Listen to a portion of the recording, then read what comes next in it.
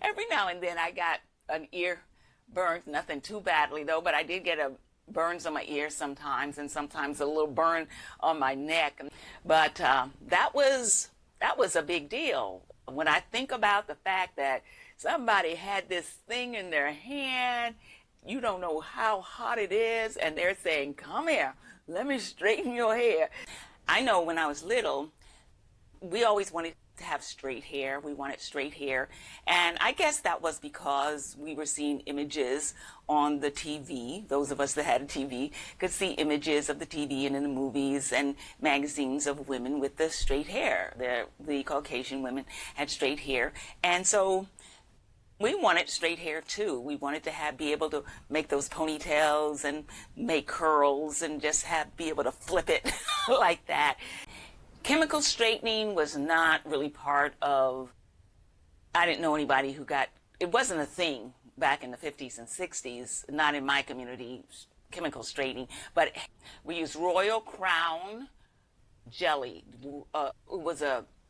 There was a grease, I guess you would call it, grease for your hair called Royal Crown. That's what we used.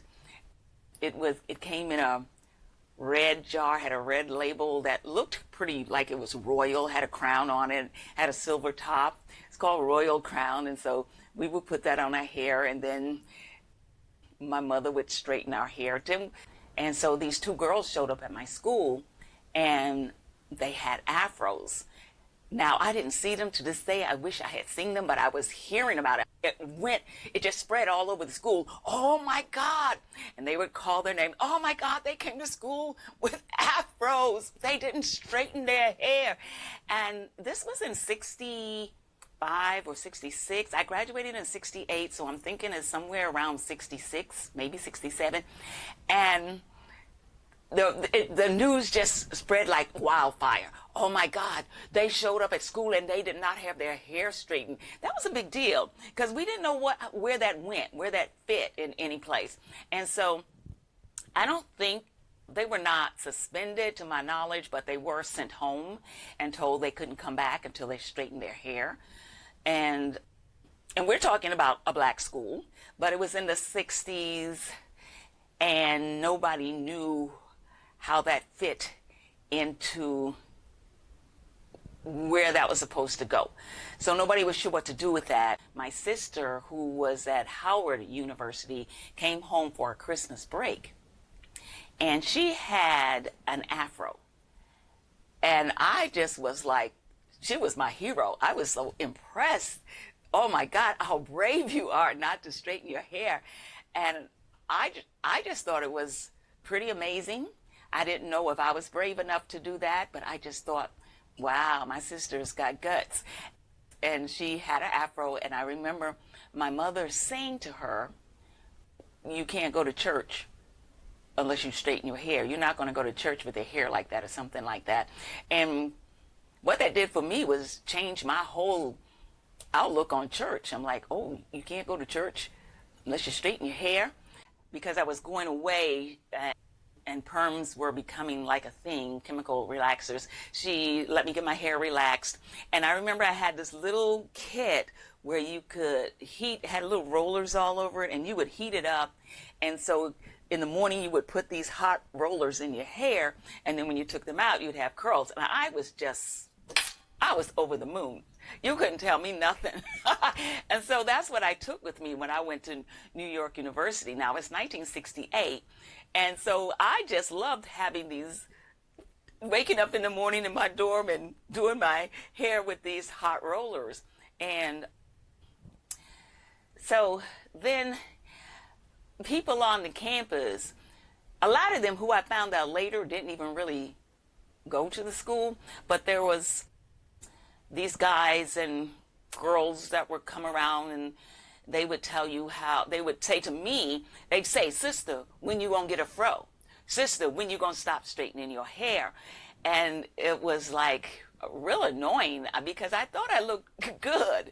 And so I'm sure I stood out because I wore matching clothes. I was into that. I was just like into looking nice, what I thought was nice. And so I thought my curls were nice and that I looked nice. But there were people at my campus who told me that they were saying stuff like, girl, you need to get a fro. When you gonna get a fro? Why are you wearing your hair like that? And I don't know if I allowed them to wear me down, because even in my younger days, I was pretty stubborn. And so if you told me to do something, that meant I wasn't going to do it.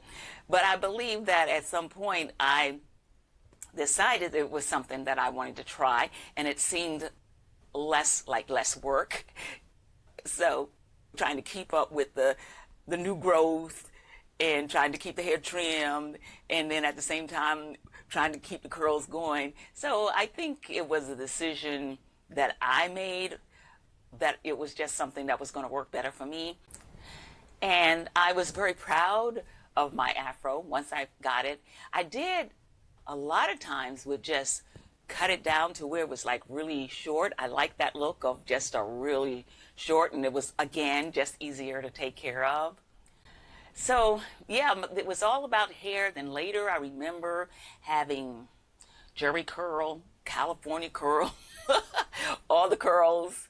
I had locks way before. I think it was in the early 80s that I started locking my hair. And at that time, there weren't a lot of people locking their hair, and total strangers thought it was okay to come up to me and say, girl, you need to straighten your hair.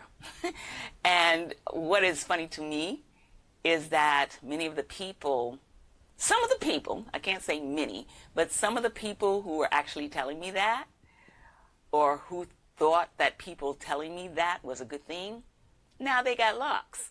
Oh my God, Dippity-Doo was this green kind of gooey stuff that looked kind of like Jello, but it was, the idea was you could take your hair, take your straightened hair, put it somewhere, put some Dippity-Doo on it and pin it down. Then when you move the pin, your hair would be like stuck there from the Dippity-Doo.